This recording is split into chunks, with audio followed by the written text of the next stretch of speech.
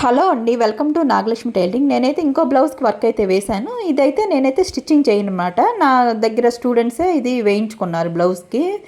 అయితే నేను ఫస్ట్ అయితే ఒక కలర్ తోటి వేసాను అనమాట. హ్యాండ్స్కి వేసాను, కొంచెం డార్క్ తోటి వేసాను. ఫ్లవర్స్ కూడా గోల్డ్ ఫ్లవర్స్ వేసాను అనమాట.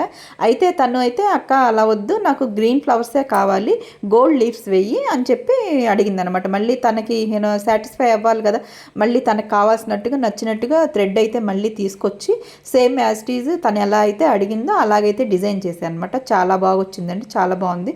శారీ కూడా లైట్ కలర్, చాలా లైట్ కలర్, అది డబుల్ కాంబినేషన్తో ఉంది కలరు. దానికి ఎలా యూజ్ చేసినా సరిపోయిద్దిలే అనుకున్నాను, కానీ మళ్ళీ అయితే తనకైతే తెచ్చి వేశాను. ఇలా అయితే వచ్చింది. కాంబినేషన్ ఎలా ఉందో చెప్పండి.